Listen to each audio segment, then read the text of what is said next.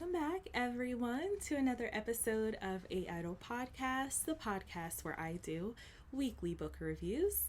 And this week, I read Open Water by Caleb Azumah Nelson. Now, this is actually his 2021 debut, published by Viking Press, which is an imprint of Penguin Random House UK. So this book is about less than 200 pages, and it is 30 chapters exactly. Now, this is essentially Southeast London versus our main character, who is a young Black man, a creative, a son, a provider, and a lover. Now, Caleb Azumah Nelson is a British Ghanaian author who also has a background in photography and poetry, which you will see shine through in this book. Now, also, I'll touch on this and probably towards the end of the episode, but this book is dedicated to S. And I think that means that this is a true story, but we'll talk about it later. So for that reason, I've kind of declined from entering it into a genre. And this book is like, first of all, it's the most unique book I've read of 2022. And possibly, like, for the past few years, it's very different. And so I don't want to define it. I really want to leave that up to everyone else. Now, for that reason, this review is going to be structured a little bit differently. So there are characters in this book. However, we're really going to talk about the writing style, most importantly, and the themes. And that's going to be the majority of this episode. So the perspective is third person. However, it's a very specific type of third person, which is defined as Illism. That's ILLEISM, which is essentially referring to oneself in the third person. So there's a lot of, you did this, you looked this way, you say this, you feel this. And this is the narrator talking to himself, who is also the main character of the book. So it took me a little bit to get used to that, because I don't think that I've read too many pieces like that. And if I had, they were a lot shorter, more like poetry. So what this tells us is that he's talking to himself. So it's not necessarily reflective, but he's narrating his life in present time.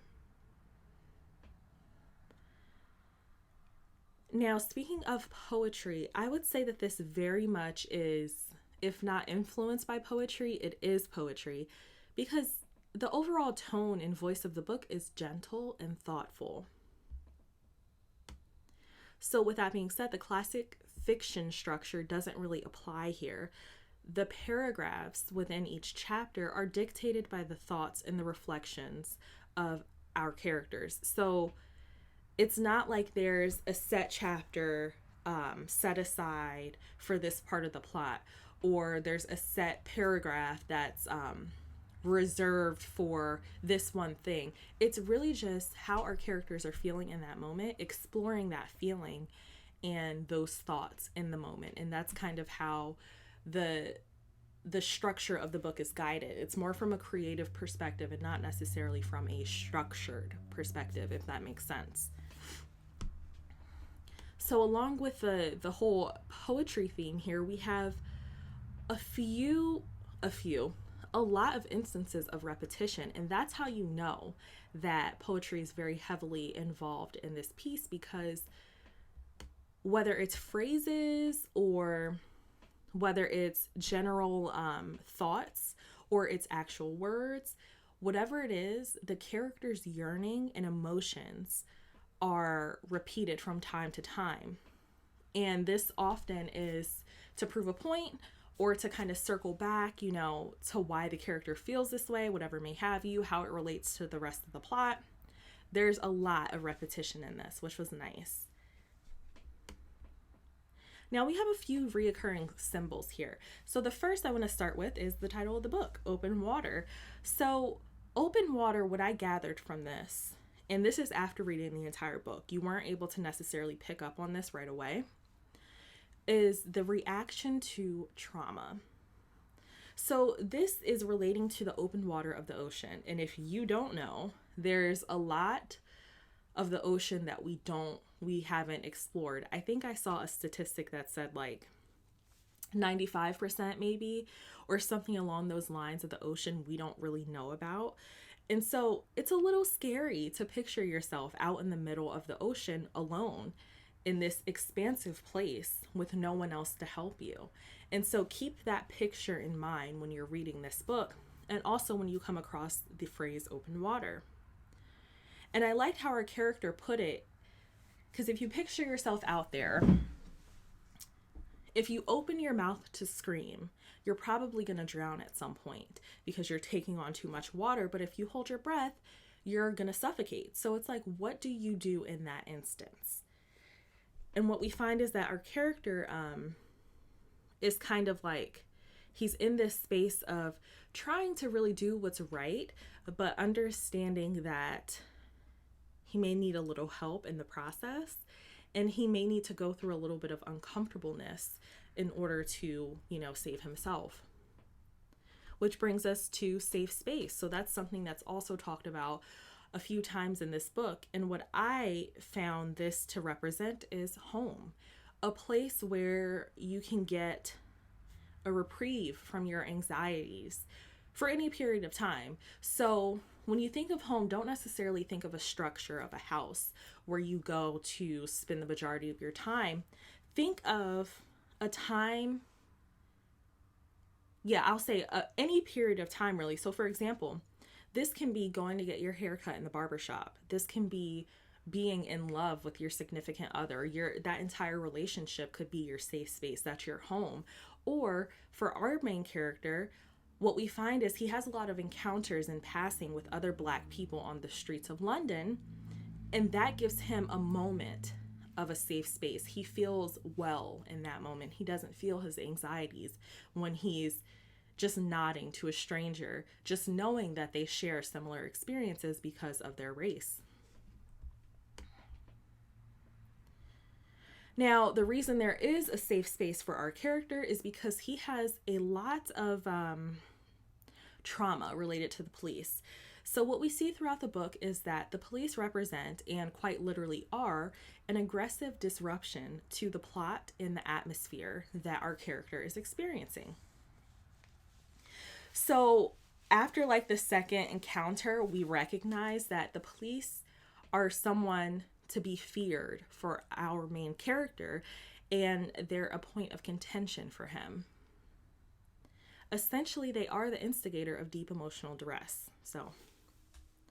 And what happens is the presence of the police throughout the plot are really what drives the tension. So the anxiety from the different police encounters, they kind of build up because there's not really enough recovery in between for our character to really nurture himself and find that solution for his troubles.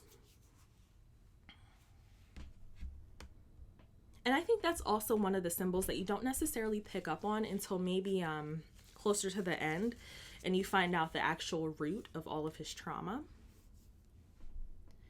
And lastly, there's this discussion of a witness. So this is not actually someone, but someone or something that our main character is searching for, really to just watch and validate his feelings. So he's always on the lookout for someone to see the real characters, their real selves, and the love that they're sharing in the relationship that he's going through.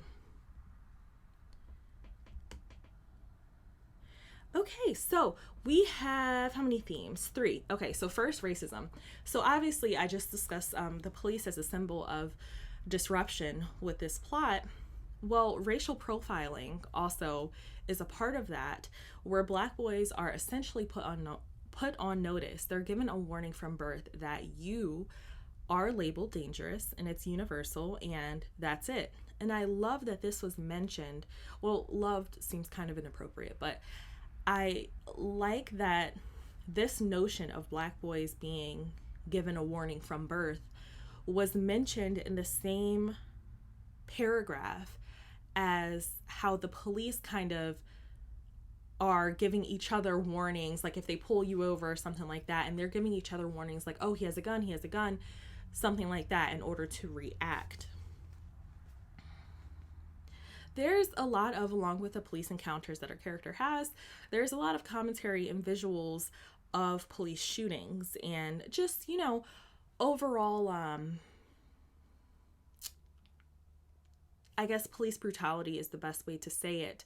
That it could either be something small, but again, that something small still triggers our main character all the way up until the discussion on an actual shooting.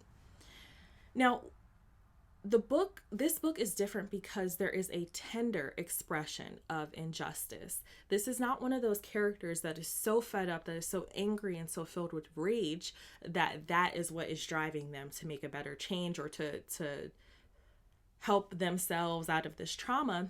This is a character that is really struggling. So this is a different perspective of hurt.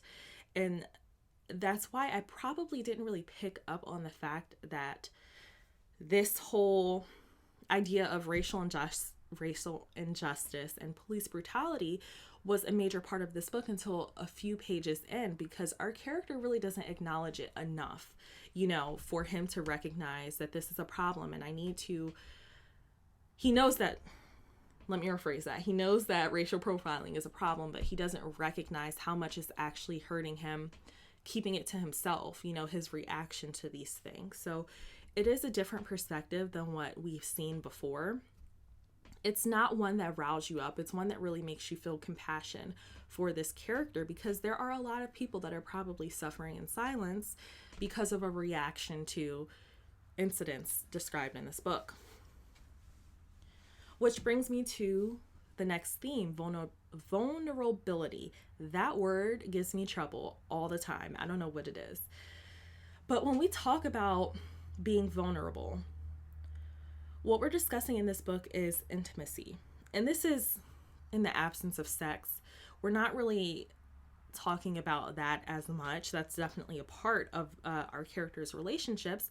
But the idea that our two main characters have many platonic encounters that are very vulnerable, very gentle. And it could just be them sitting, having a conversation, or sharing a meal, or just sitting on the couch watching a show, where we really see this true intimacy of a relationship and where the building blocks for a successful relationship kind of lie. Now, when you cross being vulnerable with being Black, I think that there's not as much expression on this, because to be vulnerable is to be weak. That's what a lot of people see. And so there's no room for weakness in a world that is already against you. So if you're already feeling so much pressure from the outside world, from your neighbors, from the police, you're not really going to give yourself an opportunity to let your guard down, because you have to be on guard at all times. So Black men don't particularly occupy this space very openly. And so that's something that, again, makes this book unique. And it's funny because I remember reading Charlemagne the God's book, Shook One, and I talked about that as well, how having a book about mental health and mental illnesses being written by a Black man, that's big. That's big, because it's not often that, one, mental illnesses are discussed openly, and two, it's discussed with a group that is tasked with holding so much trauma from the world. So if anything, they need more help than anyone, but it's like finally they're kind of opening up, and that's part of the healing process. And that's also a battle our main character has, which is quite sad. It's really tough to see him keep everything inside and not kind of let everyone in on what he's actually going through, because you can't help someone if you don't know they're hurting. Okay, and lastly, when it comes to vulnerability, we have this discussion on freedom versus vulnerable. Now, are they one and the same? No, not in my opinion, but is one derived from the other? Well, freedom, there is freedom in being vulnerable. You're kind of free from keeping things to yourself, and there's a weight lifted off your shoulders. excuse me, they also have different meanings. So to be free is, I think, unique to each person. So whatever it is that you call freedom, you know, it's different per person. But I think that there is a universal understanding of what being vulnerable means. And obviously, people can be vulnerable in different ways. But I do think that freedom is something completely different, and it's a lot bigger than the idea of vulnerability. Now, last theme is art.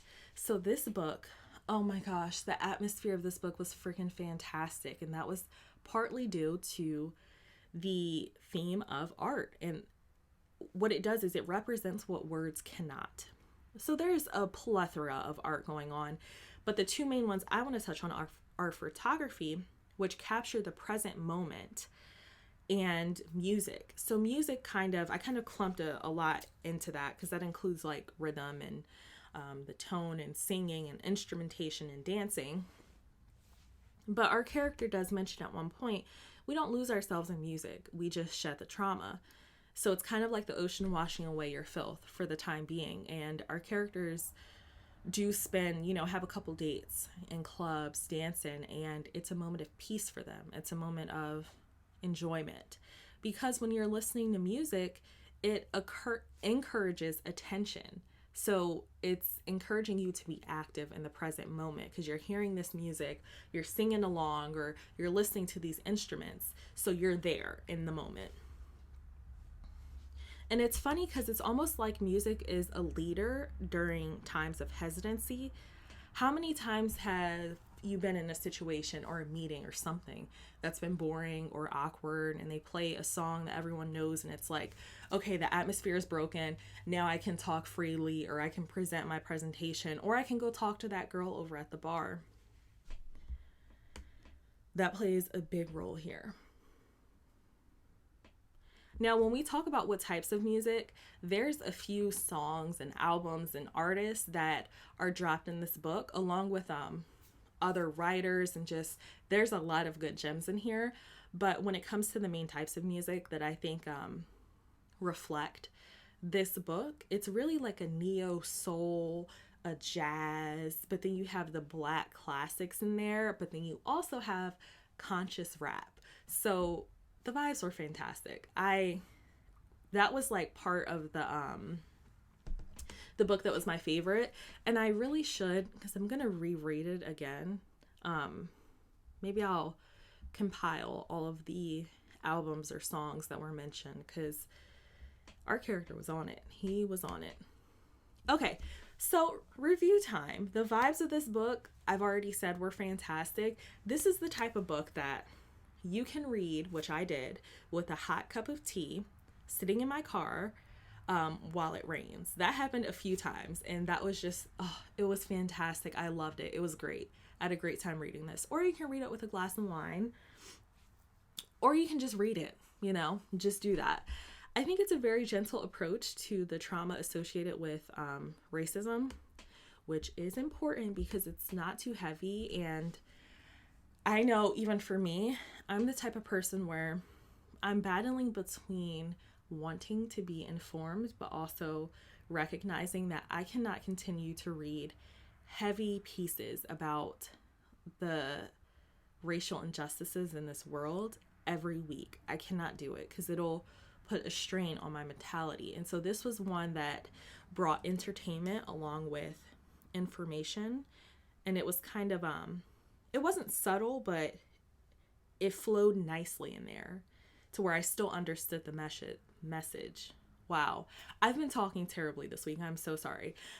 But I thought it did a really good job of branching both of those together, which makes a lot of sense, because when you're really talking about the arts, when you're talking about jazz music and blues music, those came at a time period where people were, in terrible situations.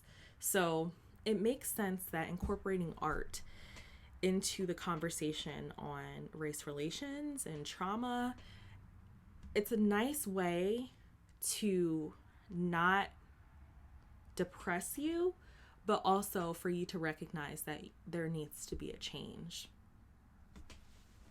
Now, this is also perfect for those like myself that are, am I an artist? I don't think I'm a writer, but I don't think I'm an artist, but people that kind of think along that creative route, that strive for a deeper understanding. So at first, I will say this, if you're used to reading like solely nonfiction books, it's going to be very difficult for you to get used to this style of writing. Because I would say, if anything, it's poetry. And not everybody likes reading poetry. But if you're really one of those people that likes to look past the words, this is for you, definitely. Or those trying to find themselves in this crazy world, looking for an ally, you'll find one in this book. Now, I do want to say, because I was very much misguided just by looking at the cover, this is not a romance book. There is romance in the book, but that's not what this is all about. This is a piece on the vulnerability of a Black man in London. And that's kind of like my short synopsis. So is this a reread? Yes. And in fact, I think you should reread it immediately after you finish it, because the prologue becomes clearer after the last chapter, after you've gotten all the information. So I thought that was really good. So takeaway, Caleb Azumah Nelson dedicated an entire piece to S in an effort to be seen. So again, this book was dedicated to S, and at the end, in the acknowledgments, he also mentions S. And so I think this is a true story, and if so, I really would love to know the outcome of that.